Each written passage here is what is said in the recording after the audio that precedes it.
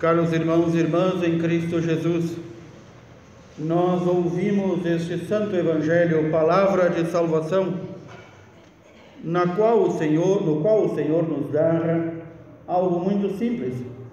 Digo que este evangelho, no qual o Senhor traça a figura do fariseu e do publicano, o cobrador de impostos, é inteligível, fácil de entender para qualquer pessoa.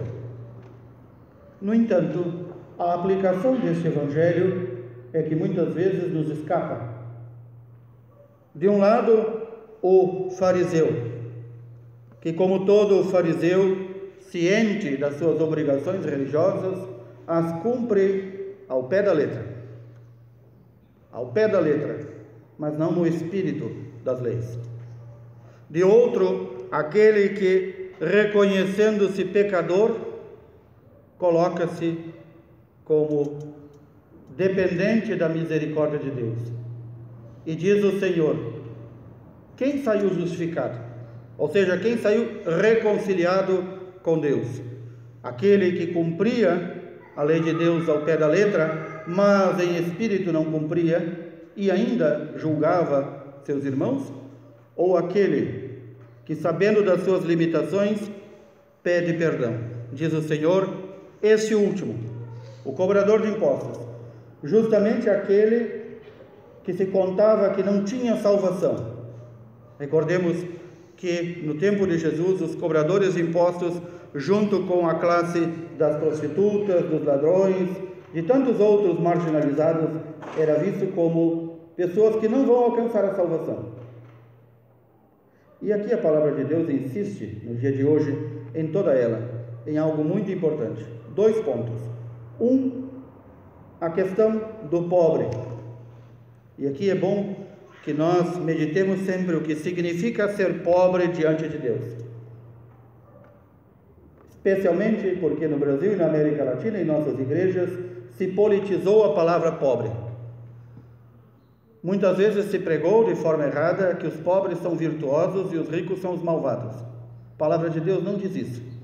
A palavra de Deus diz que as riquezas podem nos impedir de chegar a Deus quando nós nos apegamos a elas e fazemos delas o nosso Deus. E isso tanto pode ser uma pessoa milionária quanto pode ser um miserável numa favela. Esse pecado qualquer um de nós pode cometer, o pecado da idolatria, colocar ídolos no lugar de Deus. Este pobre, do qual o Senhor tem um olhar muito atento, juntamente com outros marginalizados, o órfão, a viúva, fazem parte de uma tradição, juntamente com o estrangeiro, fazem parte de uma tradição já do Antigo Testamento, na palavra de Deus, quando se diz que 3 pessoas basicamente devem ser defendidas, protegidas, porque são os preferidos de Deus: a viúva, o pobre ou estrangeiro e o órfão. Conhecendo o contexto do mundo oriental, nós podemos entender por quê.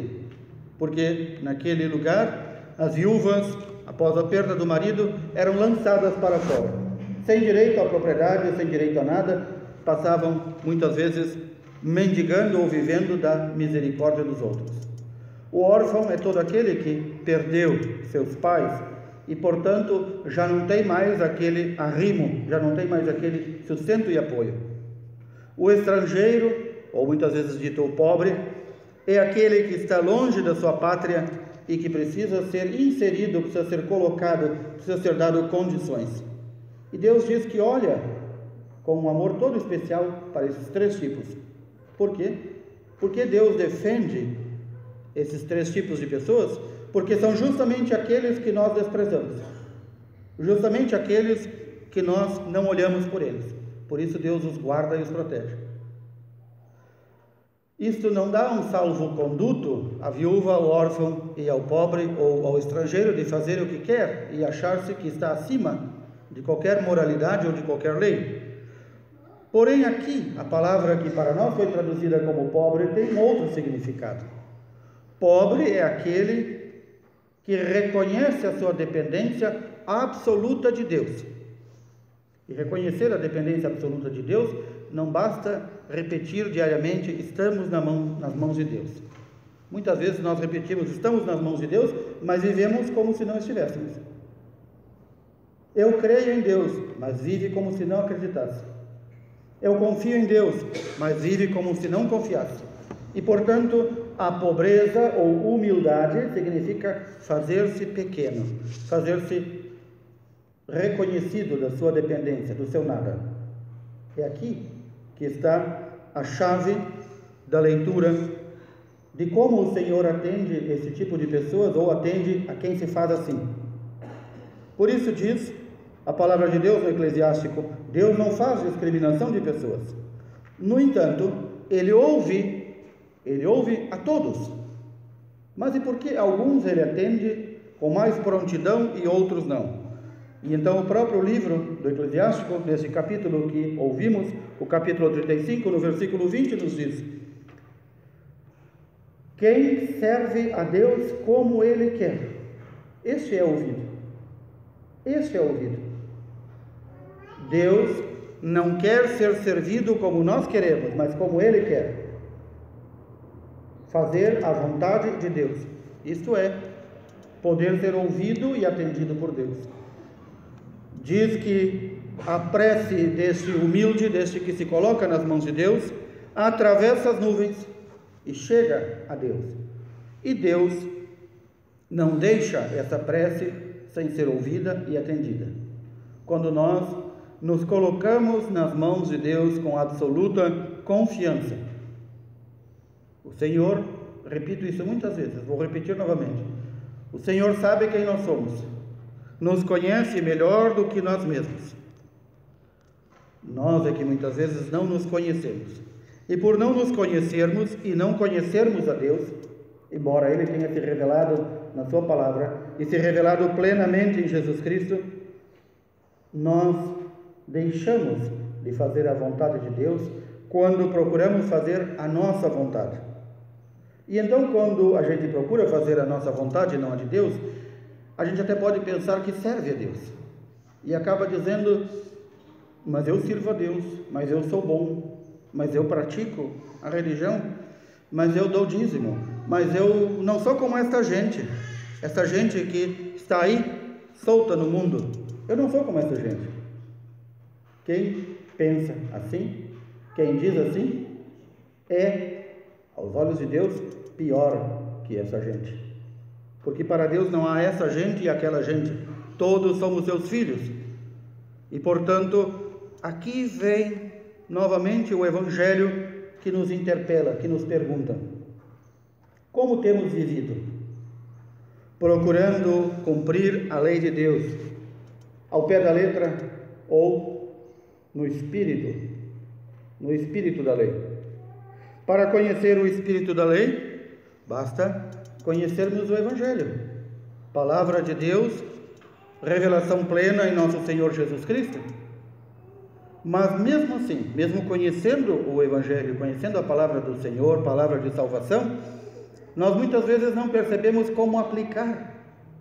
Por isso é necessário aquilo que se diz, a autoconsciência, ou pensar sobre si mesmo muitas vezes. Por isso, a Igreja Nossa Mãe nos pede que façamos o exame de consciência, pelo menos uma vez ao dia, antes de deitarmos. Vermos como é que foi o nosso dia. Eu tenho vivido segundo a lei de Deus, eu tenho procurado vivê-la, eu tenho não me esquecido daqueles que são os prediletos do Senhor, eu tenho, acima de tudo, reconhecido a minha nulidade, o meu nada, e pedido perdão ao Senhor. Vou dar um exemplo bem prático. Alguns meses atrás conheci um senhor, muito bem, tem a sua vida, tem a sua família, tem a sua empresa, e ele dizia: padre, eu não preciso de Deus nem de ninguém, porque eu me basto. Não precisa. Deus já me deu saúde, já me deu inteligência, agora eu faço por minha conta. Quem é o Deus dele? Ele mesmo. Ao final de sua vida, verá que esteve enganado. Deus nos deu inteligência, nos deu vontade, nos dá sabedoria, nos dá forças mas ainda somos dependentes dele. Nenhum de nós é capaz de fabricar o seu próprio ar.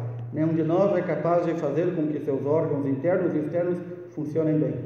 Nenhum de nós é capaz sequer de criar nada sem a ajuda de Deus. E quando nós contemplamos a maravilha da criação do Senhor, nós nos perguntamos: quem fez isso tudo? Com tanta harmonia, com tanta graça, com tanta inteligência. Nós precisamos de alguém que não só tenha ordenado, mas tenha criado tudo isso. E então nós nos prostramos, nós nos colocamos, nós nos rebaixamos e dizemos: realmente, há alguém acima de mim, do qual tudo que eu tenho e sou depende. Isso é ser pobre, isso é ser humilde.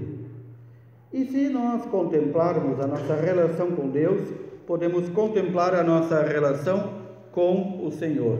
Muitas vezes o povo de Deus diz uma frase muito bonita, mas que não pensa muitas vezes sobre essa frase: ninguém é melhor que ninguém. Há alguém que é melhor que alguém aqui? Ninguém. Se ninguém é melhor que ninguém, e todos estamos em busca da santidade, não podemos apontar, ao menos apontar os erros dos outros, sem darmos a solução para aqueles erros. Ou, quando apresentamos a alguém os defeitos, devemos fazê-lo a esse alguém. É o que nos recomenda o Senhor. Para quê? Para que ele se converta e viva, para que ele encontre o caminho da salvação. Não que nós já tenhamos plenamente encontrado, não que nós já sejamos santos. Ninguém espere ser santo para poder dizer ao irmão que o irmão erra. Porque quando o teu irmão erra e tu sabes, e tu não o avisas, tu se torna culpado junto com ele. Assim diz a palavra de Deus. Porém diz também a palavra de Deus: reconhecer-se pecador. E aqui estão alguns movimentos do coração que nós devemos ter presente quando rezamos. E tenho insistido muito nisso. E vou insistir, se Deus quiser, até o final da minha vida, para que nosso povo, para que nós todos aprendamos a rezar. Nossas orações geralmente são uma lista de peditórios, como se estivéssemos diante do Papai Noel ou do Coelho da Páscoa. Nossa aproximação do Senhor deve ser feita, acima de tudo, com amor. E amor significa reconhecer quem somos. Amar alguém significa apresentar-se como tu és. Ninguém pode dizer que ama o outro apresentando uma figura falsa. Já está falsificando algo que quer dar ao outro. Portanto, diante de Deus nós temos que fazer como este publicano, como este cobrador de impostos: Senhor, tem piedade de mim que sou pecador. Caríssimos irmãos e irmãs, se observarmos bem, celebrarmos bem a Santa Missa, vamos perceber que em diversos momentos nós pedimos perdão. Em diversos momentos. Cristo vai se fazer presente aqui entre nós, no pão e no vinho, como Ele prometeu. Mas ainda assim, nós, reconhecendo que não somos nada, nós pedimos perdão ao início da Santa Missa, nós pedimos perdão no Cordeiro de Deus, nós pedimos perdão ainda quando dizemos: Senhor, eu não sou digno que entreis em minha morada. E em diversos momentos nós pedimos perdão. Significa que o Senhor ouve a prece daquele que se rebaixa e não daquele que se eleva. Jamais alguém que se eleva sobre Deus ou sobre os seus irmãos é ouvido. Primeiro movimento, então, de encontro com Deus: apresentar-se como aquilo que é. Há muitos santos que diziam isso: Senhor, tu me conheces, tu sabes quem eu sou? São Felipe Neri, depois da confissão que fazia todas as semanas, ele dizia e prometia mudar e buscar a santidade e não ser mais tão pecador. E São Felipe Neri, conversando com Deus, muitas vezes dizia, seus alunos ouviam ele assim falar: Senhor, eu te prometo isso, com a ajuda da tua graça, para bem viver, para ser santo. Mas, Senhor, Não confies no Filipe, ele pode te trair. A pergunta que devemos nos fazer: nós sabemos que no mundo não se deve, não se pode confiar em ninguém, a não ser em Deus. Muitas vezes dizemos isso: as pessoas não têm palavra, as pessoas não são confiáveis. Nós dizemos isso, todos nós. E no entanto, devo me perguntar: e eu sou confiável? E eu cumpro com aquilo que prometi ao Senhor? Eu procuro viver como o Senhor me pediu? Portanto, irmãos e irmãs, sabendo da nossa debilidade, sabendo da nossa fraqueza, sabendo que nós caímos e só levantamos com a graça de Deus, devemos, antes de tudo, ao aproximarmos do Senhor, pedir perdão. Um perdão sincero. Segunda coisa, segundo o movimento do nosso coração, até Deus. Fazer-se pequeno. Não colocar-se acima de ninguém. Absolutamente de ninguém. Nem acima do mais terrível pecador. Colocar-se sempre abaixo. Este colocar-se abaixo pode ser na prática vivido como aquilo que nós chamamos o serviço. Como o Senhor, que rebaixou-se, fez-se um de nós e colocou-se a serviço de todos. Ser servidor e nunca procurar ser servido. Este é um segundo movimento. Em tudo servir. Aqui vem um problema para nós. Geralmente nós queremos servir, temos essa intenção santa de servir, mas queremos servir do nosso modo. Isso não agrada a Deus. Temos que servir como Ele quer ser servido. E aqui vem a palavra de Deus, segundo São Paulo, que nos diz: eu fiz tudo aquilo que devia fazer. Já estou pronto para o sacrifício. Nós sabemos que São Paulo foi preso pelo menos 3 vezes por pregar o Evangelho. E na sua última prisão e condenação, foi decapitado. E São Paulo vai dizer: eu fiz tudo aquilo que devia fazer. É motivo de orgulho? Não. O próprio Senhor nos diz que quando nós fazemos tudo aquilo que devíamos fazer, devemos bater no peito e dizer: Senhor, fizemos tudo aquilo que devíamos fazer e somos servos inúteis.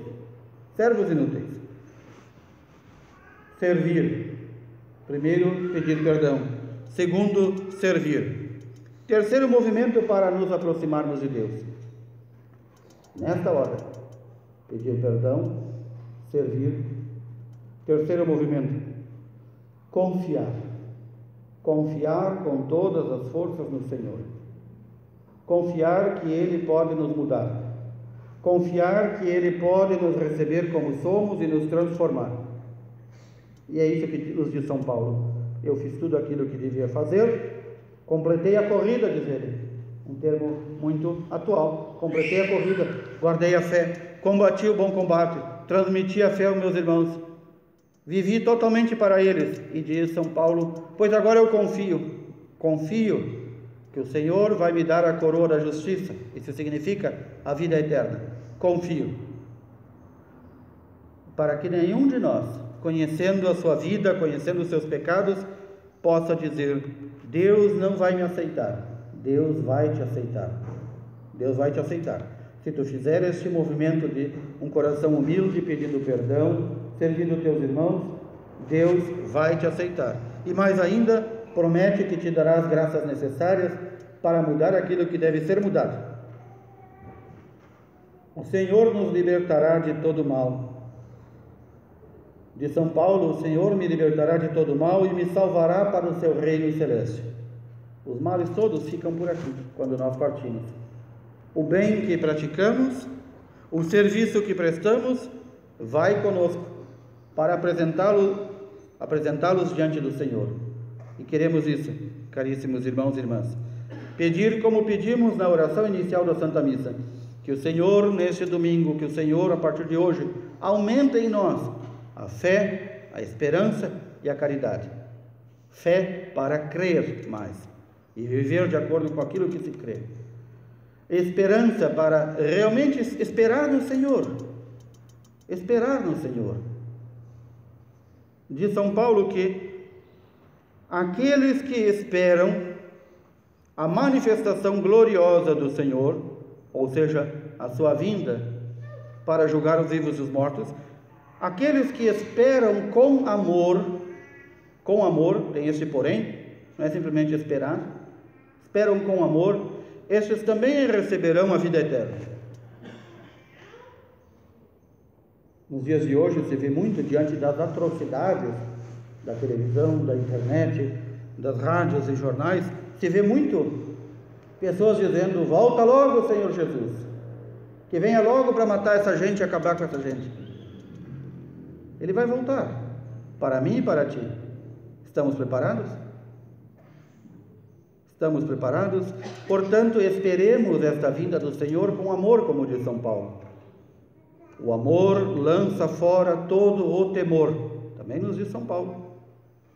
Esperar com amor. Como é que nós esperamos alguém que amamos e que vem nos visitar e morar conosco? Com medo? Com desconfiança?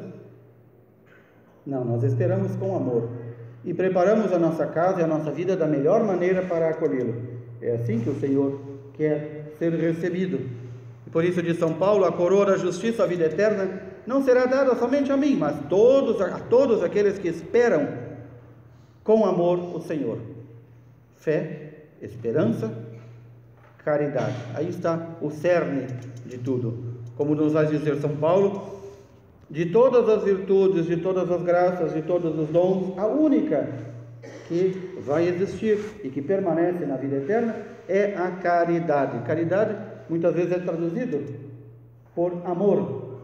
Significa o serviço desinteressado, o amor a Deus acima de todas as coisas e de todos os seres, e o amor ao irmão, o irmão ao próximo, como a mim mesmo. Cada um pergunte em seu coração: eu me amo? Pois então com esse mesmo amor deve amar ao próximo. Como nós rezamos na oração inicial da Santa Missa, devemos pedir: Senhor, aumenta em nós a fé, a esperança e a caridade. Que o Senhor nos dê estas graças tão necessárias para a nossa vida e a nossa salvação. Louvado seja nosso Senhor Jesus Cristo. Juntos